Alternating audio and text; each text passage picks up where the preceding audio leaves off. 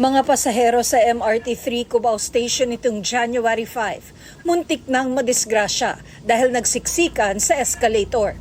Paglilinaw ng pamunuan ng MRT-3, hindi naman delayed ang dating ng mga tren, pero nagkamali sa pagkontrol ng mga pasaherong umaakyat sa platform.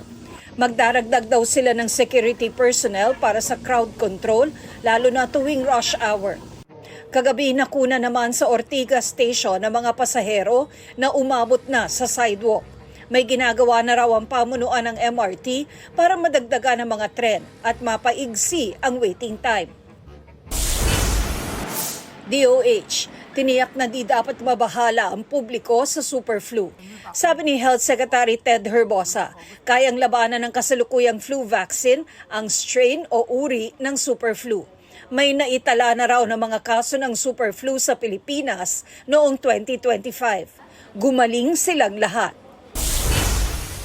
Retired PNP official, sinampahan ng kasong administratibo dahil sa pagsusuot ng luxury footwear noong nasa serbisyo pa.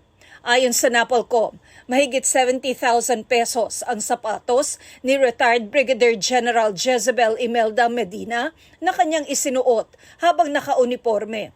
Katumbas raw ito ng halos isang buwang sahod ng isang police brigadier general at taliwas sa dapat ay payak na pamumuhay ng mga nasa public service.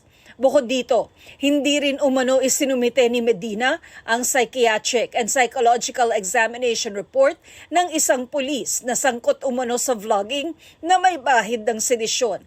Sinusubukan pa ng GMA Integrated News na kunin ang panig ni Medina. Tina Panganiban Perez, nagbabalita para sa GMA Integrated News.